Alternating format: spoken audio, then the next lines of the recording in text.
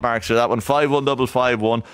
We all have friends we've known for years, while other people can be just fleeting acquaintances. But how long does it take, do you know, or have you ever thought of it, for someone to become a real friend? Well, scientific researchers have found the answer, and they say it takes 34 hours, would you believe it?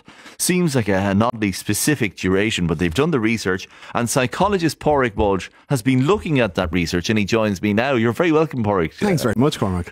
34 hours. How so? What's the research behind this? Well, this is part of an ongoing piece of research by Oxford University evolutionary psychologist Robin Dunbar.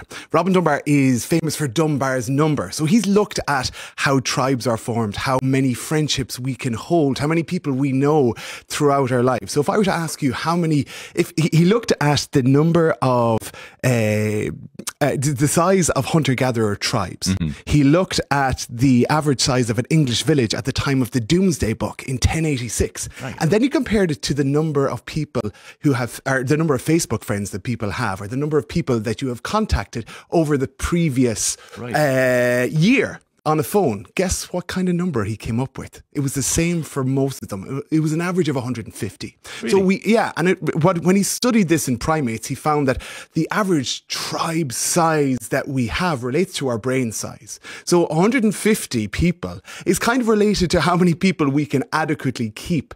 So the bigger the tribe, the bigger your brain size. Well, look, when it comes to primates, yes. Oops, I shall say. Now, what's really interesting is that it changes as our lifespan goes on. So this 34 hours relates to adult friendships. And we know that as we get older, the dynamic of our friendships starts to change. So tomorrow I'm going down to Mullingar to see Bunbrusna win the Westmeath Junior Football Championship. On Bunbrusna. Yeah, but at the time, so in your early 20s, lots of us would be involved in social groups. It's kind of the golden age for friendship. Yeah. We have sports groups, we have social groups, we have college. There are lots of people within that 150 who are closer friends of ours, and we see them. But interestingly enough, what Dunbar found, when we meet the one, when we start our family, we start to lose those friendships. She takes away the friendships. Is that it? Well, he or she, it becomes... You have a lot to answer for, I'll tell you. But it works the other way as well, does it not? Go on. As in, you're blaming the female spouse, but the male spouse, the same thing happens, is it? Correct. This is the same for both men and women. Now, we've about 5 people in our close friends group, and Dunbar would have called them the shoulder to cry on group. And we would value those, that really tight-knit group of people, and we would have to see them approximately once per week. And I suppose where people found value in that is that they are there for you even when times are tough. Okay. Now, outside of that group of 5 to 6 friends, you have about 12 to 15 people. Now, these are the people that would bring your kids to a sports camp. You would trust them to transport them. They might babysit. You would see them on average kind of every fortnight to a month. Now, that would include family. So what he found was that this can include both family and friends, okay? And then outside of that, there's about a group of 50 people that you see once every 6 months. So it's layered or kind of stratified. Very much so, yes. Now, I've less than a minute here. I could listen to you for another hour on this, I must say, Pádraig.